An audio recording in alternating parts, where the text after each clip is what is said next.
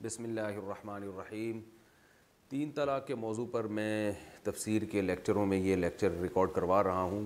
اور آج جو لیکچر میں ریکارڈ کرواؤں گا اس میں بھی انشاءاللہ اسی موضوع پر مزید احادیث پیش کروں گا۔ اس سے پچھلے والا جو ایپیسوڈ تھا، یعنی جو اب جو میں ریکارڈ کروا رہا ہوں، اس سے جو پہلے تھا اس میں نے صحیح بخاری کی حضرت سہل ابن سعد رضی اللہ تعالیٰ عنہ کی حدیث پیش کی تھی، جو بخاری اور مسلم میں ہے۔ اس میں ہے کہ حضرت سہل ابن سعد رضی اللہ تعالیٰ عنہ نے لعان کیا، اور لعان کے بعد اسی مجلس میں اپنی زوجہ کو کھڑے کھڑے 3 طلاقیں دیں، اور ان کے الفاظ یہ تھے کہ یا رسول اللہ، اگر میں اس کو ابھی بھی اپنے نکاح میں باقی رکھوں تو گویا میں نے جھوٹ باندھا اس پر، یہ کہہ کر آپ نے کھڑے کھڑے 3 طلاقیں دے دیں۔ اس پر میں بہت ڈیٹیل سے پہلے بیان کر چکا ہوں، اور ابو داؤد کی پھر حدیث تھی فَأَنفَذَهُ رسول اللہ صلی اللہ علیہ وسلم، کہ نبی صلی اللہ علیہ وسلم نے اس کو نافذ بھی کیا۔ تو اگر ابو داؤد کی حدیث نہ بھی مانی جائے تو بھی بخاری میں اتنے الفاظ ہیں کہ انہوں نے 3 طلاقیں دی۔ اس پر میں ڈیٹیل سے بات کر چکا ہوں کہ اس سے پتہ چلتا ہے کہ حضرت عمیر رجلانی کا اپنا یہی خیال تھا کہ 3 دوں گا تو نکاح سے ختم ہوگی، اس کے بغیر نہیں، اور اس خیال پر آپ صلی اللہ علیہ وسلم نے رد بھی نہیں کیا۔ پھر میں نے بتایا تھا کہ اہل حدیث علماء 2 واقعات کو مرج کر دیتے ہیں۔ یہی واقعہ ہلال ابن امیہ رضی اللہ عنہ کا بھی ہے۔ اس میں یہ نہیں ہے کہ حضرت ہلال نے طلاق دی تھی، بلکہ اس میں ہے کہ نبی صلی اللہ علیہ وسلم نے ان کے درمیان تفریق کی تھی۔ تو وہ واقعہ، وہ الفاظ یہاں بھی بعض دفعہ نقل کر دیے جاتے ہیں، اور یہ باور کرایا جاتا ہے کہ لعان کرنے سے ہی نکاح ختم ہو جاتا ہے، لہذا 3 2 1 2 اس سے کوئی فرق نہیں پڑتا۔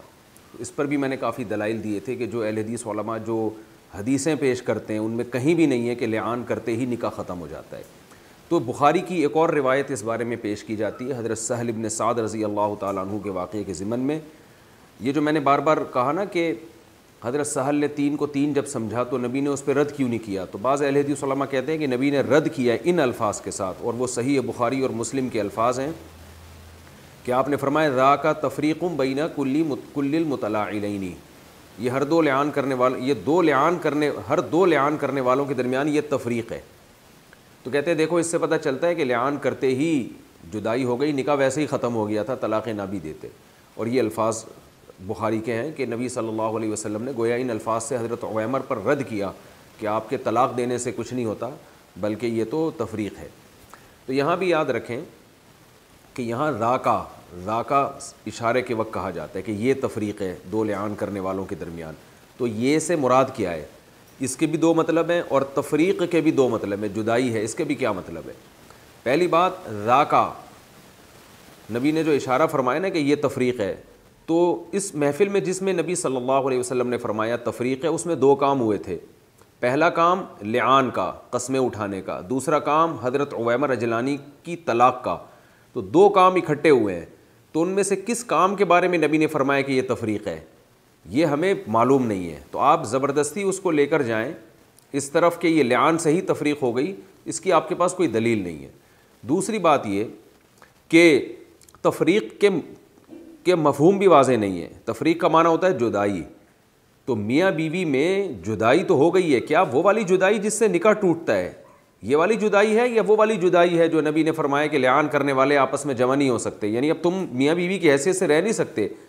تو کیا مطلب تمہیں طلاق دینی پڑے گی، نہیں دیتے تو ہم تمہارا نکاح ختم کریں گے۔ تو تفریق کا یہ بھی مطلب ہو سکتا ہے کہ آپ اب ایک دوسرے کے ساتھ نہیں رہ سکتے، یعنی آپ کو لازمی طلاق دینی پڑے گی، تو تفریق کا یہ بھی مطلب ہو سکتا ہے۔ اور یہ والا مطلب اس لیے اس کی پر دلیل ملتی ہے ہمیں کہ خود اہل حدیث علماء یہ حدیث پیش کرتے ہیں کہ فکانت تلک سنت المتلاعنین ان یفرق بینہما، کہ لعان کرنے والوں کے درمیان یہ سنت بن گئی کہ ان کے درمیان تفریق کرائی جائے گی۔ تو اس سے صاف پتہ چلتا ہے کہ تفریق الگ سے کرائی جائے گی ان کے درمیان، خود بخود نہیں ہو جائے گی، تو کرائی جائے گی، یہ مطلب ہے یہاں تفریق کا۔ خود اگر لعان سے ہی نکاح ختم ہو جاتا تو نبی یہ کیوں فرماتے کہ ان کے درمیان جدائی ڈالی جائے گی؟ ڈالی کا مطلب یہ ہے کہ ان کو اکٹھے نہیں رہنے دیا جائے گا، شوہر کو کہا جائے گا اس کو طلاق دو، اگر نہیں دیتا تو جج نکاح کو ختم کرے گا، کیونکہ ایک اصول ہے شریعت کا کہ جب مرد پہ طلاق دینا واجب ہوتا ہے اور وہ نہ دے تو پھر جج کو یہ اختیارات حاصل ہیں کہ وہ مرد کی طرف سے اس کا نائب بن کے، قائم مقام بن کے امساکم بالمعروف جب مرد نہیں کر سکتا تو تسریح بالاحسان کا کام پھر جج کرے گا. یہ پوری امت کا تقریباً متفق علیہ اصول ہے کہ مرد اگر عورت پہ ظلم کر رہا ہے اور ایسے ظلم جس میں تفریق بنتی ہے اور مرد پہ طلاق دینا واجب ہو جاتا ہے، تو اگر وہ نہیں دیتا تو پھر جج جو ہے اس کا نائب بن کے ڈیورس واقع کر سکتا ہے. اور وہ ظلم کی چند صورتیں ہیں، وہ محدود صورتیں ہیں، ان میں سے ایک یہ بھی ہے کہ اس نے بیوی پہ تہمت لگائی ہے اور گواہ نہیں پیش کر سکتا اور عورت اس کے دعوے کو تسلیم نہیں کر رہی، تو اب یہ حدود اللہ پہ قائم رہ کے زندگی نہیں گزار سکتے. لہذا ایسی صورت میں مرد پر واجب ہے کہ وہ بیوی کو طلاق دے. وہ نہیں دے گا تو جج جو ہے مرد کی طرف سے پھر بیوی کا نکاح ختم کرے گا. اور میں نے پھر آپ سے کو عرض کیا کہ فرض کر لیں ان تمام احادیث سے یہی ثابت ہوتا ہے کہ لعان سے ہی نکاح ختم ہوتا ہے. فرض کر لیں آپ، تو بھی حضرت عویمر اجلانی کا جو یہ سمجھنا، حضرت عویمر کو تو نہیں پتہ تھا نا لعان سے نکاح ختم ہو رہا ہے، انہوں نے تو لعان کیا اور کھڑے کھڑے اپنی بیوی کو 3 طلاقیں دے دیں. اور کن الفاظ سے دیں؟ کذبت علیہا ان امسکتھا یا رسول اللہ، یا رسول اللہ اگر میں اس کو اپنے نکاح میں اب باقی رکھوں گا تو اس کا مطلب میں نے ان پہ جھوٹ باندھا ہے. لہذا انہوں نے اسی وقت 3 طلاقیں دے دی. اس سے صاف پتہ چلتا ہے کہ وہ یہ سمجھ رہے تھے کہ نکاح سے خارج کرنے کے لیے مجھے 3 دینی پڑیں گی، ایک سے نکاح سے خارج نہیں ہوگی. تو ایک مجلس کی 3 سے وہ سمجھ رہے تھے کہ خارج ہو جائیں گی. تو اب ہم یہاں اس پہ ہم یہ کہتے ہیں کہ اگر صحابہ کے دور میں ایک مجلس کی 3 طلاقوں کو ایک سمجھا جاتا، یہ رواج ہوتا جیسے کہ ہمارے اہل حدیث حضرات کہتے ہیں، اگر یہ واقعی ایسا ہی ہوتا تو پھر حضرت عویمر اجلانی کیا صحابہ میں داخل نہیں ہے؟ وہ کیوں سمجھ رہے ہیں کہ اکٹھی 3 سے 3 ہوتی ہیں، ایک نہیں ہوتی؟ اور وہ جو حضرت عویمر اجلانی کے ساتھ بہت سارے صحابہ اس وقت موجود تھے، وہ بھی تو صحابہ میں داخل ہیں، وہ کیوں یہ سمجھ رہے تھے کہ واقعی اکٹھی 3 سے 3 ہوں گی؟ آپ اگر کہتے ہیں صحابہ کے دور میں ایک مجلس کی 3 کو ایک سمجھا جاتا تھا، تو یہ سارے صحابہ کیوں نہیں سمجھ رہے تھے؟ پھر یہ سب ان کو کہتے کہ بھائی آپ کو پتہ نہیں ہے کہ ایک مجلس کی 3 تو ایک ہوتی ہیں، اس سے تھوڑی نکاح ختم ہوگا. آپ کہہ رہے ہو میں نکاح ختم کرنے کے لیے 3 دے رہا ہوں. تو یہ صاف پتہ چلتا ہے کہ اس میں آپ کو اپنی بات ثابت کرنے کے لیے تعویل در تعویل در تعویل در تعویل کرنی پڑے گی. تو اس سے صاف پتہ چلتا ہے کہ حضرت عویمر اجلانی طلاق کے مسائل سے واقف تھے. ان کو پتہ تھا کہ زمانہ جاہلیت میں جتنی بھی 2 ایک ہیں، اب زمانہ جاہلیت کا حکم منسوخ ہو گیا ہے، اب 3 دو گے تو 3 ہی ہوں گی. تو وہ یہ سمجھتے تھے. یا آپ یہ کہیں کہ یہ حضرت عویمر اجلانی کا اپنا ذاتی خیال تھا. بس یہ آخری بات کر کے پھر میں اگلی حدیث آپ کے سامنے پیش کرتا ہوں. ایک بات رہ جاتی ہے کہ حضرت عویمر اجلانی رضی اللہ تعالیٰ عنہ کو یہ تو معلوم تھا کہ زمانہ جاہلیت میں جو جتنی بھی طلاقیں دے دو وہ ایک ہی ہوتی ہیں، یہ تو معلوم تھا ان کو. لیکن ان کو یہ نہیں پتہ تھا کہ اکٹھی اگر 3 دو گے تو وہ ایک ہوگی، یہ مسئلہ ان کو معلوم نہیں تھا. تو اس میں میں یہ عرض کرتا ہوں، دیکھیں صحابہ کرام میں اگر کوئی کم علمی تھی نا طلاق کے مسائل میں یا کسی بھی مسئلے میں، یا تو وہ زمانہ جاہلیت سے چلی آ رہی تھی اور ان کو اس کے منسوخ ہونے کا علم نہیں ہوا. جیسے متع، بہت سے صحابہ سے مروی ہے کہ وہ نبی کے دور میں متع کیا کیونکہ ان کو پتہ نہیں تھا کہ متع حرام ہو چکا ہے اور زمانہ جاہلیت میں جائز سمجھا جاتا تھا اس کو. تو صحابی رسول یا تو 3 طلاقوں کو 3 سمجھیں گے یا ایک سمجھیں گے زمانہ جاہلیت کی وجہ سے. اور اگر ان کو پتہ ہے کہ زمانہ جاہلیت کا حکم منسوخ ہو چکا ہے، جیسے کہ عویمر اجلانی کو تو پتہ تھا، تو پھر اپنی طرف سے کوئی رائے قائم نہیں کریں گے، کیونکہ طلاق کے مسائل میں عقل نہیں چلتی، اس میں کسی سے پوچھا جاتا ہے. تو ایک عام آدمی ہمارے دور میں پان گٹکے کھانے والا، وہ بھی طلاق کے مسائل میں مفتیوں سے رجوع کرتا ہے، پوچھتا ہے کہ کتنی ہوتی ہیں، 3 ہوتی ہیں، یہ 1 ہوتی ہیں، وہ خود سے رائے قائم نہیں کرتا. تو یہ کیسے ممکن ہے کہ حضرت عویمر اجلانی جیسے صحابی رسول نے 3 کو 3 سمجھنا خود سے شروع کر دیا ہو؟ یقیناً ان کو اس بارے میں پہلے قرآن کی آیتیں اور نبی صلی اللہ علیہ وسلم کا سے علم ہوگا کہ بھائی مجھے نکاح سے نکالنے کے لیے اکٹھی 3 دینی پڑیں گی، ورنہ خود سے طلاق کے مسائل میں کوئی بھی رائے قائم نہیں کرتا. تو صحابی رسول کیسے رائے قائم کر سکتے ہیں؟ تو یہ تمام باتیں اس بات کی مضبوط دلیل ہے کہ اس حدیث سے صاف پتہ چلتا ہے کہ ایک مجلس کی 3 طلاقیں ایک ہوتی ہیں. جب تک آپ کے پاس اس سے زیادہ واضح بے غبار حدیث نہ ہو، صحیح بخاری اور مسلم کی ایسی مضبوط سند جیسی حدیث نہ ہو جس میں آتا ہو کہ نبی نے ایک مجلس کی 3 طلاق کو ایک قرار دیا ہے، اور ایسی کوئی حدیث ہمارے پاس نہ نبی سے ملتی ہے اور نہ کسی صحابی کا کوئی قول ہمیں ملتا ہے. جو کچھ ملتا ہے وہ میں نے آپ کو سامنے بتا دیا کہ اس کے الفاظ واضح نہیں ہیں، جس میں واضح الفاظ ہیں اس کی سند بالکل یعنی گویا کہ بہت زیادہ شدید ضعیف سندیں اور اس کی، اور جن کی سند صحیح ہے ان میں اس کے خلاف مل رہا ہے۔ اب ہم اگلی حدیث کی طرف چلتے ہیں۔ دوسری وہ حدیث جس سے پتہ چلتا ہے کہ رسول اللہ صلی اللہ علیہ وسلم کے دور میں اکٹھی 3 طلاقوں کو بھی ایک ہی سمجھا جاتا تھا۔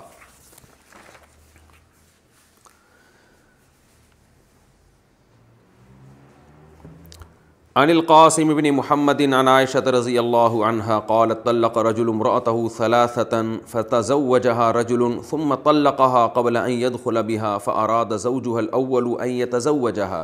فسئل رسول الله صلى الله عليه وسلم عن ذلك فقال لا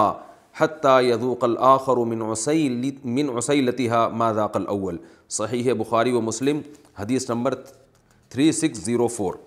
حضرت عائشہ رضی اللہ تعالیٰ عنہ فرماتی ہیں کہ ایک شخص نے نبی صلی اللہ علیہ وسلم کے دور میں اپنی بیوی کو 3 طلاقیں دیں۔ کسی دوسرے مرد نے اس کی 3 طلاقوں والی عورت سے نکاح کیا، دوسرے مرد نے ہم بستری سے پہلے طلاق دے دی۔ اس خاتون نے ارادہ کیا کہ اپنے پہلے والے شوہر سے نکاح کریں گی، تو اس بارے میں نبی صلی اللہ علیہ وسلم سے پوچھا گیا، آپ نے فرمایا نہیں کر سکتی جب تک کہ یہ دوسرے مرد کا ذائقہ نہ چکھ لیں، یعنی وہ ان سے ہم بستری نہ کر لے جیسے پہلے نے ان سے ہم بستری کی ہے۔ یہ جو حدیث ہے، اس حدیث میں حضرت عائشہ رضی اللہ تعالی عنہ نے بتایا کہ ایک شخص نے اپنی زوجہ کو 3 طلاقیں دی تھی اور نبی صلی اللہ علیہ وسلم نے شرعی حلالہ کے بغیر اس کو پہلے شوہر کے پاس جانے کی اجازت نہیں دی۔ اہل حدیث علماء اس حدیث پر یہ اشکال کرتے ہیں۔ پہلا اشکال یہ کرتے ہیں کہ حضرت عائشہ سے ایک اور واقعہ منقول ہے رفاعہ القرظی رضی اللہ تعالیٰ عنہ کا، جس میں آتا ہے کہ حضرت رفاعہ القرظی نے اپنی زوجہ کو 3 طلاقیں 3 مختلف طہروں میں دیں، تو اس میں پھر ان کی زوجہ نے نبی سے پوچھا کہ میں پہلے کے پاس جانا چاہتی ہوں، تو آپ نے فرمایا نہیں۔ تو فرماتے ہیں یہ وہی واقعہ ہے، یہ اصل میں 3 مختلف 3 طہروں میں دی گئی طلاقوں کا واقعہ ہے، تو لہذا اس سے دلیل پکڑنا درست نہیں ہے۔ اس کا جواب یہ ہے کہ حضرت عائشہ رضی اللہ تعالی عنہ جو یہ حدیث پیش کر رہی ہیں نا جس شخص کے بارے میں، ایک اس کے راوی ہیں محمد ابن قاسم، یہ اس کے راوی ہیں، جبکہ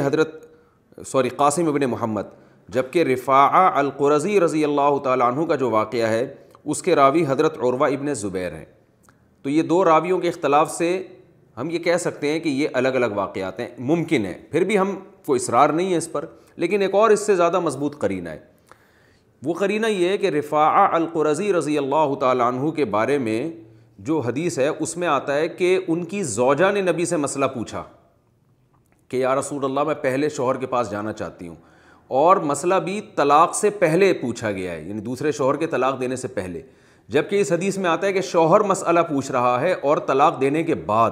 یہ واضح قرینہ ہے اس بات کا کہ یہ 2 الگ الگ واقعات ہیں، کیونکہ دونوں واقعات کو بیان کرنے والے حضرت عائشہ سے راوی بھی مختلف ہیں، سند بھی دونوں حدیثوں کی مختلف ہے، اور واقعے میں اس نوعیت کا بھی اختلاف ہے کہ ایک میں نام ہائی لائٹ کیا جا رہا ہے اور قصہ بھی تھوڑا ڈیفرنٹ انداز میں بیان کیا جا رہا ہے۔ طلاق سے پہلے مسئلہ پوچھا جا رہا ہے اور مسئلہ پوچھنے والی خود صحابیہ ہیں، اور دوسرے واقعے میں طلاق کے بعد مسئلہ پوچھا جا رہا ہے اور مسئلہ پوچھنے والے صحابی رسول ہیں۔ تو اس سے پتہ چلتا ہے کہ یہ 2 الگ الگ واقعات ہیں۔ دوسری بات یہ، بعض اہل حدیث یہ بھی کہتے ہیں اچھا چلے جی ہم مان لیتے ہیں الگ واقعہ ہے، لیکن اس میں یہ کہا ہے کہ انہوں نے اکٹھی 3 طلاقیں دی تھیں، تو عرض یہ ہے کہ اس میں یہ بھی نہیں ہے کہ الگ الگ 3 طہروں میں دی تھیں، اس میں علی الاطلاق ہے، اور اصول ہے کہ مطلق کو اپنے اطلاق پہ باقی رکھا جاتا ہے۔ اس میں آتا ہے کہ 3 طلاقیں دی تھیں، ہمیں نہیں پتہ کہ اکٹھی دی تھیں یا الگ الگ طہروں میں دی تھیں، تو جب تک ہمیں نہیں پتہ آپ نے مطلق کو اپنے عموم پر ہی رکھنا ہے جب تک آپ کے پاس اس کے خلاف کوئی مضبوط دلیل نہ ہو۔ لہذا اس حدیث سے اکٹھی 3 طلاقوں کا حکم بھی پتہ چل گیا اور الگ الگ 3 طلاقوں کا حکم بھی، کیونکہ یہ فرق تو بعد میں آپ نے نکالا ہے کہ اکٹھی اور الگ الگ میں فرق ہے۔ نبی کے دور میں یہ فرق جائز ناجائز ہونے کے لحاظ سے تو تھا، واقع ہونے کے لحاظ سے نہیں تھا، لیکن آگے جو حدیث آ رہی ہے انشاءاللہ وہ اس سے بھی زیادہ واضح ہے۔ چوتھی حدیث ہے عن ہشام بن عروۃ عن ابیہ عن عائشہ رضی اللہ عنہا انہا سئلت عن الرجل يتزوج المرأة فيطلقها 3 فقالت قال رسول الله صلى الله عليه وسلم لا تحل للأول حتى يذوق الآخر عسيلتها وتذوق عسيلته۔ سنن بہقی کی حدیث ہے، بالکل سند بے غبار ہے اس کی، اور حدیث نمبر 15587۔ حضرت ہشام ابن عروہ اپنے والد سے، وہ حضرت عائشہ رضی اللہ تعالیٰ عنہ سے نقل کرتے ہیں کہ حضرت عائشہ رضی اللہ تعالی عنہا سے پوچھا گیا کہ ایک آدمی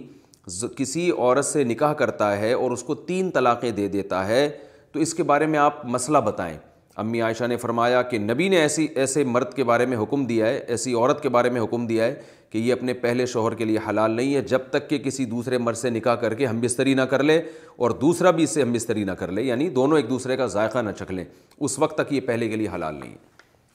یہاں بھی ہمارے اہل حدیث حضرات کہتے ہیں اس میں یہ کہاں ہے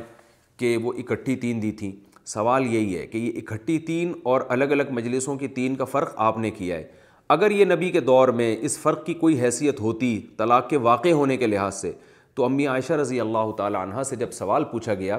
کہ امی عائشہ آپ بتائیں ایک آدمی بیوی کو 3 طلاقیں دیتا ہے تو کیا حکم ہے، تو امی عائشہ فوراً اس سے سوال پوچھتی کہ ایک مجلس میں دی ہیں یا 3 مہینوں میں فرق کر کے دی ہیں،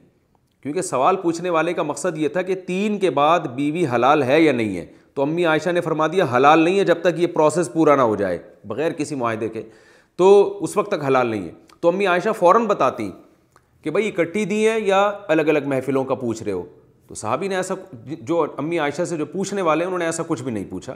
تو انہوں نے کبھی سوال بھی علی طلاق تھا کہ بھائی میں اس بحث میں نہیں پڑتا کہ اکٹھی دی ہیں یا الگ الگ محفلوں میں دی ہیں، میں یہ پوچھ رہا ہوں کہ جس مرد نے بیوی کو 3 دے دی اس کا حکم کیا ہے، تو امی عائشہ نے فرمایا اس کے بارے میں تو نبی کا حکم موجود ہے کہ وہ پہلے شوہر سے نکاح نہیں ہو سکتا، تو علی طلاق امی عائشہ رضی اللہ تعالیٰ نے اس کو فتویٰ دیا، تو اور نبی کی حدیث بھی اسی اپنے فتوے کی دلیل کے طور پہ پیش کی، تو جیسے امی عائشہ کا اپنا فتویٰ علی طلاق ہے تو نبی کی حدیث بھی علی طلاق اس بات کی دلیل ہے کہ ایک محفل میں اور الگ الگ محفل میں صحابہ کے دور میں طلاق کے واقع ہونے کے لحاظ سے کوئی فرق نہیں تھا، نہ مستفتی سے پوچھا جاتا تھا کہ ایک میں دی ہیں یا الگ الگ محفلوں میں دی ہیں، ورنہ امی عائشہ جیسی فقیہہ، ان جیسی ذہین اور ان جیسی نبی کے مزاج کو سمجھنے والی، اور طلاق کے مسائل میں تو بہت گہرائی میں جا کے جواب دینا پڑتا ہے کہ حلال حرام نہ ہو جائے۔ ہمیں پتہ ہے ہمارے پاس لوگ جب سوال لے کر آتے ہیں تو ہم ان سے 10 قسم کے کویشچن پوچھتے ہیں تاکہ ہمیں پوری ورڈنگ پتہ چلے، ایسا نہ ہو کہ رخصتی سے پہلے دے دی اور ہم اس کو رخصتی کے بعد کے حکام جاری کر رہے ہوں، تو بہت ڈیٹیل ہم اس سے پوچھتے ہیں، لیکن امی عائشہ رضی اللہ تعالیٰ عنہ بتا رہی میں 3 دے دی تو یہ حکم ہے، تو 3 کے بعد بیوی پہلے کے لیے حلال نہیں ہے۔ تو اگر یہ 3 ایک مجلس کی اور الگ الگ مجلسوں میں فرق ہوتا تو امی عائشہ ضرور پوچھتی کہ ایک محفل کی بات کر رہے ہو یا 3 مہینوں کی بات کر رہے ہو۔ 5ویں حدیث عن اللیث عن نافع، ابو داؤد کی جو حدیث ہے نا فانفذہ رسول اللہ صلی اللہ علیہ وسلم، اس کو میں مستقل حدیث کاؤنٹ کر رہا ہوں کیونکہ ابو داؤد کی وہ حدیث جس میں آتا ہے کہ سہل ابن سعد کی 3 طلاقوں کو نبی نے کاؤنٹ کیا تھا وہ مستقل ایک حدیث ہے، تو اس کو ملا کے اب تک میں نے آپ کے سامنے 4 حدیثیں پیش کر دی ہیں۔ 5ویں حدیث عن اللیث عن نافع ان ابن عمر بن الخطاب رضی اللہ عنہ طلق امرأة له وهي حائض تطلیقة واحدة فأمره رسول الله صلی اللہ علیہ وسلم ان يراجعها وكان عبد الله إذا سئل عن ذلك قال لأحدهم إن كنت طلقتها 3 فقد حرمت عليك حتى تنكح زوجا غيرك وزاد فيه غيره عن الليث حدثني نافع قال ابن عمر لو طلقت مرة أو مرتين فإن النبي صلی اللہ علیہ وسلم أمرني بهذا، صحیح بخاری حدیث نمبر 5332، لیث حضرت نافع سے اور وہ عبداللہ ابن عمر سے جو حضرت عمر کے بیٹے ہیں، ان سے روایت کرتے ہیں کہ عبداللہ بن عمر نے اپنی زوجہ کو حالت حیض میں 1 طلاق دی، آپ صلی اللہ علیہ وسلم نے حکم دیا کہ رجوع کرو۔ عبداللہ ابن عمر سے جب اس بارے میں پوچھا جاتا، اس بارے میں کیا مطلب حالت حیض میں اگر طلاق دی ہو تو کیا حکم ہے اس طلاق کا، اس بارے میں جب ان سے پوچھا جاتا تو وہ جواب یہ دیتے کہ اگر تم نے 3 دے دی ہیں تو پھر تمہاری بیوی تم پر حرام ہو گئی جب تک کہ کسی اور سے نکاح نہ کرے۔ اور لیث یہ بھی نقل کرتے ہیں کہ نافع نے فرمایا کہ حضرت عبداللہ بن عمر نے یہ بھی فرمایا کہ اگر تم نے 1 دی ہے یا 2 دی ہیں تو پھر حرام نہیں ہے بیوی، کیونکہ مجھے نبی صلی اللہ علیہ وسلم نے اسی بات کا حکم دیا۔ تو عبداللہ بن عمر نے حالت حیض میں اپنی بیوی کو 1 طلاق دی تھی، ان سے جب حالت حیض کی طلاق کے بارے میں پوچھا جاتا تو وہ فرما دیتے کہ بھائی اگر تم نے 3 دے دی ہیں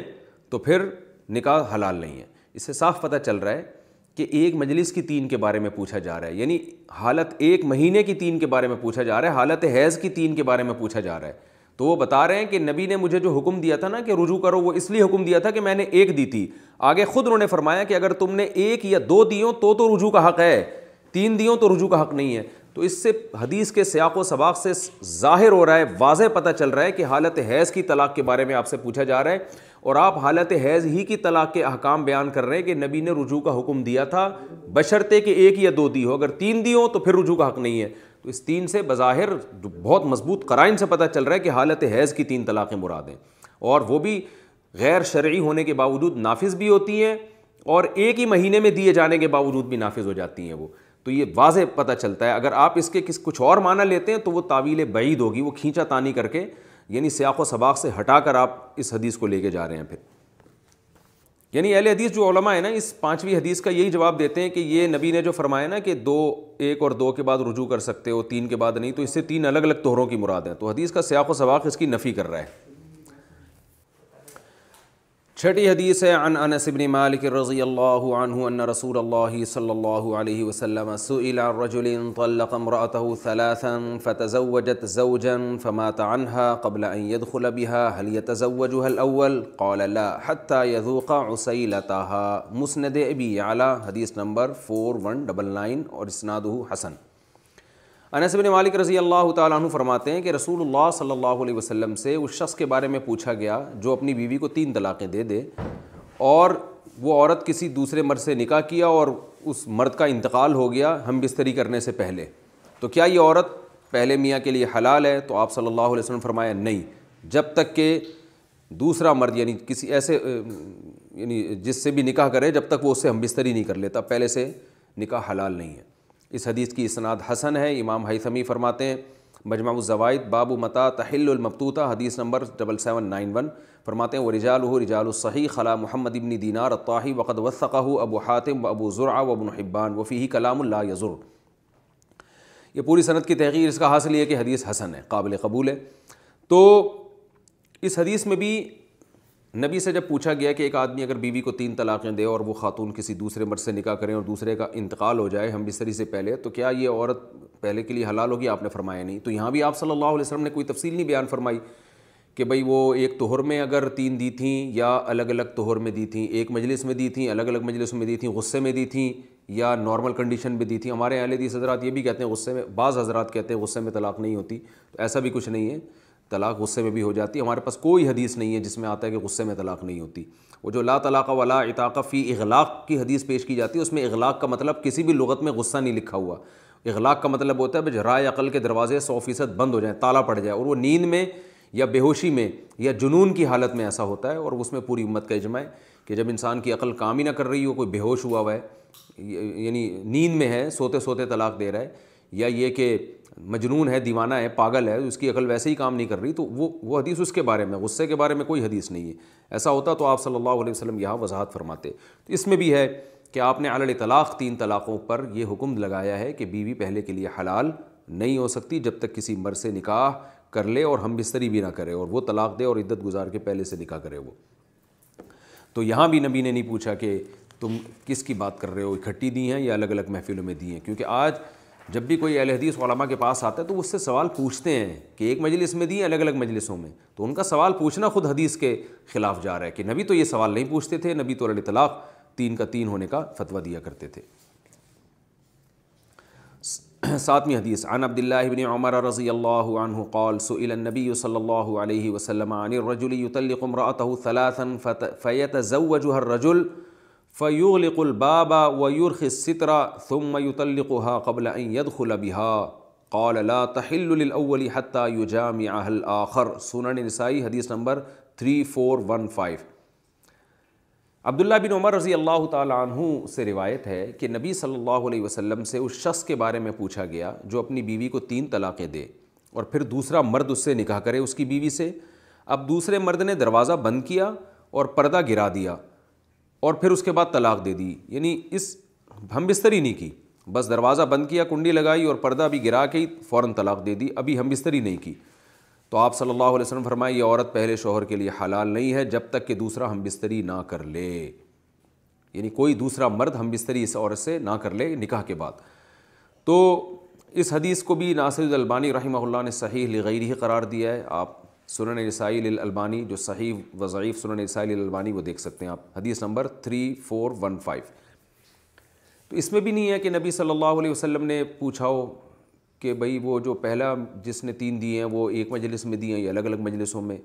تو اس سے پتہ چلتا ہے کہ نبی کے دور میں یہ فرق طلاق کے واقع ہونے کے لحاظ سے اس کی ویلیو نہیں تھی. پوچھنے والا صرف یہ پوچھ رہا ہے کہ پہلے کے لیے حلال ہے یا نہیں, تو آپ نے بتا دیا پہلے کے لیے حلال نہیں ہے. تو آپ کے پاس بھی جب کوئی آئے 3 دے کے تو آپ بتا سکتے ہیں کہ بھئی پہلے کے لیے اب حلال نہیں ہے جب تک کہ کسی مرد سے نکاح نہ کرے. یہ جو آپ تفصیل پوچھتے ہیں کہ ایک مجلس میں دی الگ الگ مجلسوں میں, یہ تفصیل پوچھنا ان احادیث صحیحہ صریحہ کی صریح مخالفت ہے. ابھی حدیث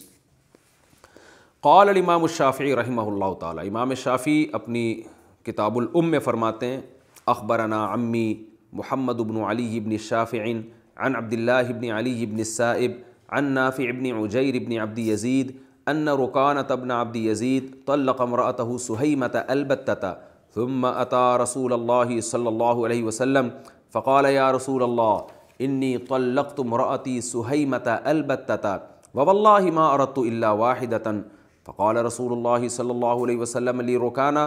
واللہ ما اردت الا واحدة فقال رکانہ واللہ ما اردت الا واحدة فردها الیہ رسول اللہ صلی اللہ علیہ وسلم فطلقها الثانیة فی زمان عمر رضی اللہ عنہ والثالثة فی زمان عثمان. یہ حدیث ابو داؤد میں بھی ہے اور امام شافعی کے مسند میں بھی ہے اور بہت ساری حدیث کی کتابوں میں. اس کی سند میں پڑھ دیتا ہوں. امام شافعی اپنے چچا محمد ابن علی سے اور وہ اپنے والد کے چچازاد بھائی عبداللہ ابن علی ابن السائب سے اور وہ اپنے والد کے چچازاد بھائی یعنی نافع ابن عجیر سے اور نافع ابن عجیر اپنے چچا یعنی حضرت رکانہ رضی اللہ تعالی عنہ سے روایت کرتے ہیں کہ حضرت رکانہ نے اپنی بیوی سہیمہ کو طلاق البتہ دی. میں نے شروع کے ایپیسوڈ میں غالباً ایپیسوڈ نمبر 2 میں ریکارڈ کروایا تھا کہ بہت سے محدثین نے کہا کہ نبی کے دور میں طلاق البتہ کا معمول نہیں تھا. تو اس بیس پر ہمارے اہل حدیث بھائی اس حدیث کو کہتے ہیں طلاق البتہ تو تھی نہیں. تو یاد رکھیں یہاں طلاق البتہ دی کا مطلب یہ نہیں کہ البتہ کے لفظ سے طلاق دی. البتہ کا لفظ ہوتا ہے پکی, تو مطلب ہے پکی طلاقیں دی. تو پکی طلاقیں 3 ہوتی ہیں, تو اکٹھی 3 طلاقیں دی, یعنی 3 طلاقیں دی ہیں اس میں. تو حضرت رکانہ رضی اللہ تعالی عنہ نے اپنی بیوی سہیمہ کو طلاق دی, طلاق البتہ دی. اس کے بعد حضرت رکانہ نبی کی خدمت میں حاضر ہوئے, عرض کیا یا رسول اللہ میں نے اپنی زوجہ سہیمہ کو پکی طلاق دی ہے, یعنی البتہ طلاق دی ہے, اور اللہ کی قسم میرا ارادہ صرف ایک کا تھا. یہ جو ہے نا ارادہ ایک کا تھا, یہ بھی جبھی ہو سکتا ہے جب 3 دفعہ الفاظ تاکید کے لیے دہرائے جائیں. تو صاحب پتہ چل رہا ہے 3 دی تھیں, نیت ایک کی تھی. اللہ کی قسم میرا ارادہ صرف ایک طلاق کا تھا. آپ صلی اللہ علیہ وسلم فرمایا تم اللہ کی قسم اٹھا کے کہہ سکتے ہو کہ واقعی کیا تمہارا ارادہ ایک کا تھا؟ آپ نے فرمایا اللہ کی قسم میرا صرف ایک کا ارادہ تھا. اس پر آپ صلی اللہ علیہ وسلم نے ان کی زوجہ کو لوٹا دیا. حضرت رکانہ نے انہیں دوسری طلاق پھر حضرت عمر کے دور میں اور تیسری حضرت عثمان کے دور خلافت میں دی. تو عرب میں عادت تھی ایک بات کو 3 دفعہ دہراتے تھے تو نیت ایک کی کرتے تھے. تو حضرت رکانہ نے ایک لفظ کو 3 دفعہ ریپیٹ کیا اور وہ یہ سمجھے کہ یعنی یہ پکی طلاق ہو گئی ہے. تو پھر نبی کے پاس آ کے کہہ رہے ہیں کہ میں نے تو ایک کی نیت سے دی ہے, تو کیا یہ ہوا ہے پکی ہوئی ہے کہ ایک ہوئی ہے؟ تو آپ نے فرمایا کہ نہیں یہ ایک ہوئی ہے. تو اس کی میں ڈیٹیل دوسرے ایپیسوڈ میں بہت ڈیٹیل سے بیان کر چکا ہوں. یہ حدیث بھی واضح اس بات کی علامت ہے کہ اگر ایک مجلس کی 3 طلاقیں ایک ہی ہوتی ہمیشہ تو آپ ان سے قسم کیوں اٹھاتے کہ تمہاری نیت کتنی کی تھی؟ یہ قسم اٹھانا اس کی علامت ہے کہ بھئی نارمل تو 3 دینے سے 3 ہی ہوں گی جب تک کہ کوئی باقاعدہ ارادہ نہ کرے. اور پھر اس پہ بھی میں نے تفصیل سے بات کی تھی کہ اس زمانے میں اگر کوئی 3 دے کے کہتا ہے کہ میری نیت ایک کی تھی تو حضرت عمر کے فیصلے کی وجہ سے قاضی اس کے اس زمانی دعوے کو قبول نہیں کرے گا, کیونکہ دھوکے کا دور ہے, جھوٹ لوگ بہت زیادہ بولتے ہیں. تو اس لیے اس میں گواہوں کو پہلے سے بتائے کہ میں 3 دے رہا ہوں ایک کی نیت سے, یا یہ کہ وہ اپنا کیس کہیں لے کے ہی نہ جائے, نہ بیوی کو بھی نہ پتہ چلے. اس کی تفصیل میں دوسرے ایپیسوڈ میں بہت ڈیٹیل سے بتا چکا ہوں, وہ میں اس کو ریپیٹ نہیں کرتا. ہمارے جو اہل حدیث علماء ہیں اس حدیث کی سند پہ اعتراض کرتے ہیں,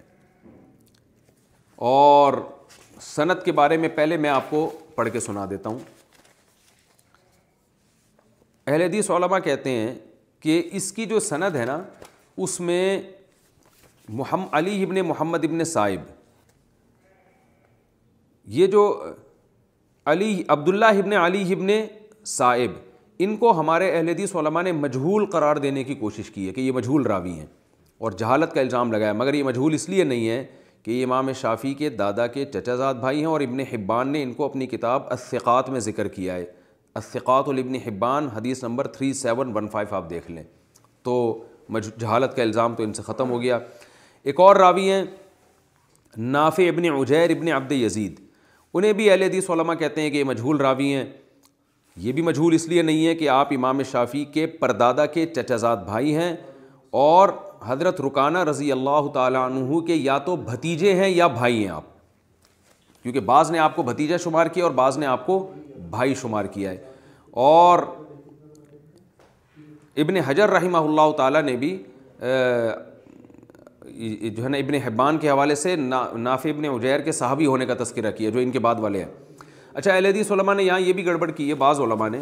انہوں نے کہا ہے کہ یہ جو راوی ہے نا جو حضرت رکانہ سے نقل کرنے والے نافع ابن عجیر، ان کا پتہ ہی نہیں ہے کہ یہ حضرت رکانہ کے بھتیجے ہیں یا بھائی ہیں۔ اس بعض راوی ان کو بھتیجا کہہ رہے ہیں، بعض ان کو بھائی کہہ رہے ہیں، تو اس بیس پر اس حدیث کو مسترب قرار دینے کی کوشش کی ہے۔ تو یاد رکھیں، کسی راوی کے رشتہ داری میں اگر کوئی راوی اختلاف کرتا ہے اس سے کبھی بھی حدیث ضعیف نہیں ہوتی۔ اگر کوئی بھائی کہے یا کوئی بھتیجا کہے، اس سے حدیث کا کوئی اصول ہی نہیں ہے کہ اس بیس پر آپ حدیث کو رد کر دیں۔ نہ یہ سند میں اضطراب کہلاتا ہے یا نہ یہ متن میں اضطراب کہلاتا ہے۔ تو یہ اصول ہے، یہ محدثین کے اصول نہیں ہے کہ اگر راوی کے بیان کرنے میں غلطی ہو رہی ہے، ایک کہہ رہے چچا تھے، ایک کہہ رہا بھائی تھے، ایک کہہ رہے بھتیجے تھے، تو اس بیس پر راوی پر کے بارے میں اختلاف نہیں کیا جا سکتا۔ لہذا ابن حجر رحمۃ اللہ نے یہ بات تصریح کی ہے کہ اس سے صاف پتہ چلتا ہے کہ نافع ابن عجیر وہ حضرت رکانہ رضی اللہ تعالیٰ عنہ کے خاندان کے تھے، اور ابن حبان نے ان کو صحابی میں بھی شمار کیا ہے کہ حضرت رکانہ سے نقل کرنے والے نافع ابن عجیر صحابی ہیں۔ تو جب صحابی کسی کو کہہ دیا جائے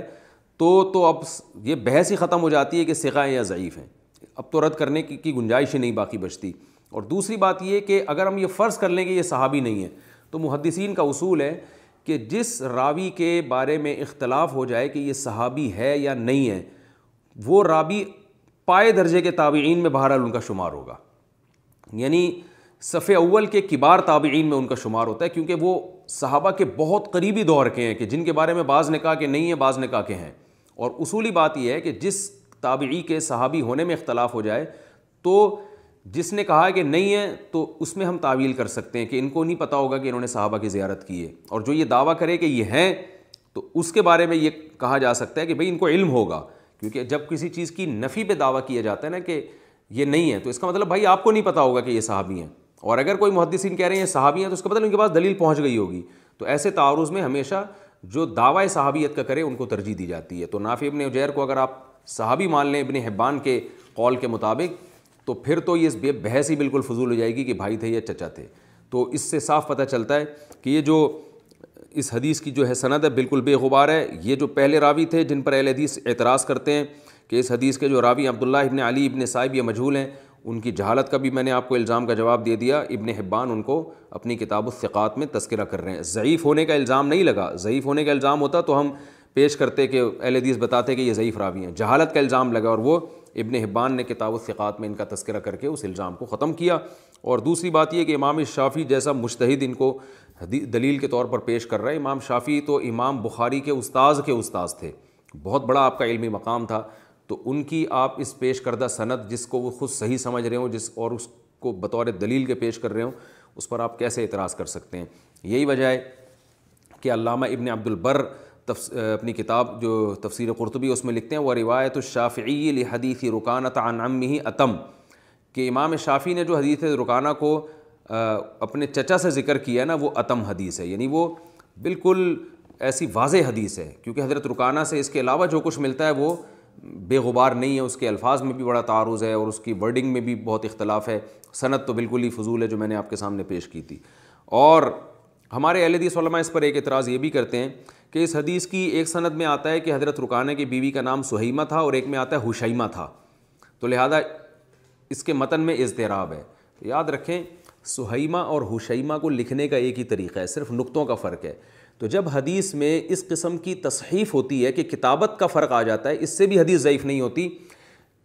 ورنہ آپ بخاری کی بھی حدیثوں کو پھر آپ کو ضعیف قرار دینا پڑے گا۔ بخاری میں آتا ہے کہ وَيَضَعُ الْحَرْبَ، حضرت عیسیٰ علیہ السلام جو قرب قیامت میں نازل ہوں گے حربہ کو ختم کریں گے. حربہ کہتے ہیں جنگ کو, اسی سے قادیانی کہتے ہیں کہ حضرت عیسیٰ تو جنگ ختم کرنے کے لیے آئیں گے, جبکہ ہمیں بہت ساری حدیثوں میں ملتا ہے کہ حضرت عیسیٰ جزیہ کو ختم کریں گے, حربہ کو ختم نہیں کریں گے, جزیہ کو. اب جزیہ اور حربہ کو لکھنے کا طریقہ ایک ہی ہے, تو اس سے صاف پتہ چلتا ہے کہ بخاری کی حدیث میں راوی سے لکھنے میں غلطی ہوئی ہے کہ جزیہ کو انہوں نے حربہ لکھ دیا, ہا کے نیچے جیم کا نقطہ نہیں ڈالا اور را کے اوپر زے کا نقطہ نہیں ڈالا. تو تمام محدثین کا اتفاق ہے کہ اس قسم کی جو غلطی ہوتی ہے نا کتابت کی, اس سے کبھی بھی حدیث ضعیف نہیں ہوتی. تو یہاں بھی ایک راوی سہیمہ نام بتا رہے ہیں, حشیمہ, لکھنے کا طریقہ دونوں کا ایک ہے, نقطوں کا اختلاف ہے. تو نقطوں کا اختلاف کسی راوی سے تصحیف کے طور پر ہو گیا ہے, اس سے حدیث ضعیف نہیں ہوتی. تو یہ حدیث جو امام شافعی بیان کرتے ہیں اپنے چچا کے بارے میں, امام شافعی فرماتے ہیں عمی ثقۃ تہذیب الاسماء واللغات لابی زکریا النووی. اس میں امام شافعی فرماتے ہیں عمی ثقۃ, میرے چچا ثقہ ہیں. دوسرے حدیث کے راوی ہیں عبداللہ ابن علی ابن صائب, ان کو بھی ابن حبان نے کتاب الثقات میں شمار کیا, اور میرے علم میں کوئی ایسی دلیل, کوئی مشہور محدث نہیں ہے جنہوں نے ان کو ضعیف قرار دیا ہو. اور تیسرے راوی ہیں نافع ابن عجیر. نافع ابن عجیر کے بارے میں بتایا ان کے صحابی ہونے میں اختلاف ہے, بعض کہتے ہیں وہ صحابی تھے, بعض کہتے ہیں تابعی تھے. اور فرض کر لیں کہ یہ تابعی تھے تو پھر یہ حدیث مرسل ہوگی, یعنی ایک تابعی جنہوں نے صحابی کی زیارت نہیں کی مگر وہ صحابی سے نقل کر رہے ہیں صحابی کے دور کے بہت قریب, تو اس میں آپ یہ کہہ سکتے ہیں کہ درمیان میں ایک راوی غائب ہے. تو یہاں یہ راوی کا غائب ہونا اس لیے نقصان نہیں پہنچاتا حدیث کو کہ حضرت رکانہ کے سگے بھائی یا سگے بھتیجے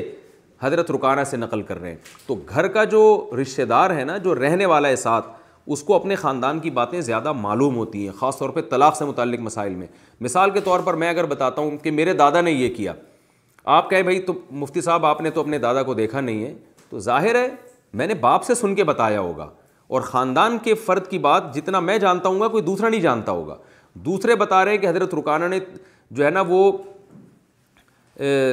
ایک مجلس میں 3 طلاقیں دی تھیں, علی طلاق نبی نے اس کو ایک قرار دیا. اور گھر کا فرد بتا رہا ہے کہ حضرت رکانہ نے ایک مجلس میں 3 ایک کی نیت سے دی تھیں. تو آپ بتاؤ کہ گھر کے فرد کی بات زیادہ معتبر ہوگی یا کسی تھرڈ پرسن کی بات زیادہ معتبر ہوگی؟ اور وہ تھرڈ پرسن بھی عبداللہ بن عباس ہیں جو خود ایک اکٹھی 3 طلاقوں کے 3 ہونے کا فتویٰ دے رہے ہیں, جو عبداللہ بن عباس سے یا دوسرے جو صحابی ہیں وہ اس پائے کے نہیں ہیں. بلکہ اگر ہم صحابی کو تو علی طلاق حجت مانتے ہیں تو آگے ان سے نقل کرنے والے لنگڑے لولے راوی ہیں. اس سے صاف پتہ چلتا ہے بھائی آپ حضرت رکانہ سے متعلق وہ حدیثیں جن کی سند بے انتہا ضعیف, جن کے متن میں اضطراب, جن کی سند میں اضطراب, اور جو حضرت رکانہ کے رشتہ دار بھی نہیں ہیں, ان حدیثوں کو تو آپ حجت بنا رہے ہو. اور امام شافعی جو حضرت رکانہ کی آل اولاد میں ہیں وہ ایسی سند پیش کرتے ہیں جس کے سارے راوی ثقہ بھی ہوں اور قریشی اور ہاشمی بھی ہوں. اس سند میں کمال یہ ہے کہ سارے قریشی اور ہاشمی راوی ہیں, حضرت رکانہ کی آل اولاد ہے ساری. اس کو آپ مسترد کر دو تو اس سے صاف پتہ چلتا ہے کہ یہ علمی خیانت کہلائے گی. تو حضرت رکانہ کی یا تو آپ کسی حدیث کو حجت نہیں مانو, اگر آپ نے حجت ماننا ہے تو اس والی یہ حدیث اس قابل ہے کہ آپ اس کو حجت مانیں اور اس کے مطابق آپ فیصلہ کریں. تو یہ بھی آپ نے حدیث دیکھ لی. اس کے بعد اگلے ایپیسوڈ میں انشاءاللہ مزید احادیث پیش کروں گا, اور ان میں بھی یہی ہے کہ نبی صلی اللہ علیہ وسلم نے کوئی فرق نہیں کیا کہ اکٹھی دی ہوں, 3 دی ہوں, شرعی طریقے سے دی ہوں, غیر شرعی طریقے سے دی ہوں. تو وہ آپ کے سامنے انشاءاللہ احادیث آئیں گی. اللہ تعالی ہمیں سمجھنے کی, عمل کی توفیق عطا فرمائے.